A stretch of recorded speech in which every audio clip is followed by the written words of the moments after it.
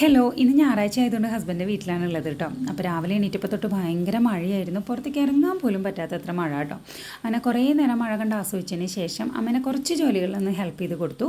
പിന്നെ അത് കഴിഞ്ഞിട്ട് ഞാൻ എൻ്റെ മോർണിംഗ് റൂട്ടീനിലേക്ക് കടന്നു. ജസ്റ്റ് നാൽപ്പാമരാതി വെളിച്ചെണ്ണ വെച്ചിട്ട് ഫേസ് ഒന്ന് മസാജ് ചെയ്ത് കൊടുത്തു കേട്ടോ. ഇത് ഇവിടുത്തെ ഉണ്ണിക്ക് പോറ്റാൻ വേണ്ടി വാങ്ങിച്ചു വെച്ചിട്ടുള്ളതാണ്, കോട്ടക്കലിൻ്റെ ആണ്. അപ്പോൾ ഞാൻ അതിൽ നിന്ന് കുറച്ചെടുത്ത് ഓസിക്ക് പറ്റിയെന്നേ ഉള്ളൂ കേട്ടോ. അങ്ങനെ അതൊക്കെ കഴിഞ്ഞ് അച്ഛനമ്മയ്ക്ക് ഇന്നൊരു ബർത്ത്ഡേ ഫംഗ്ഷൻ ഉണ്ട്. അപ്പോൾ അവരതിന് പോകാൻ നിൽക്കുകയാണ്. അപ്പോൾ എൻ്റെ താഴെയുള്ള നാത്തും പറഞ്ഞു, ചേച്ചിക്ക് ഞാനിന്ന് മാമ്പഴ പുളിശ്ശേരി ഉണ്ടാക്കി തരുന്നത്, കാരണം വീട്ടിൽ ധാരാളം വാങ്ങിയിരിക്കുന്നുണ്ട്.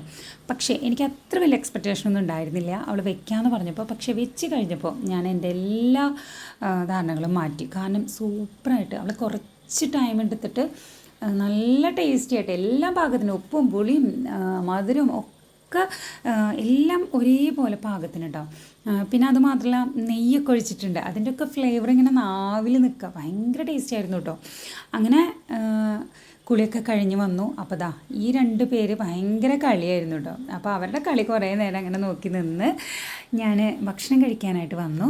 അപ്പോഴാണ് ശരിക്കും ഞാൻ ഞെട്ടിപ്പോയത്. മാമ്പഴ പുളിശ്ശേരി ഉണ്ട്, ചിക്കൻ ഫ്രൈ ഉണ്ട്, മാങ്ങച്ചാറുണ്ട്, പയറും മത്തങ്ങ എലിശ്ശേരി ഉണ്ട്, മീൻകറി ഉണ്ട്, ചെമ്മീൻ ചമ്മന്തി ഉണ്ട്.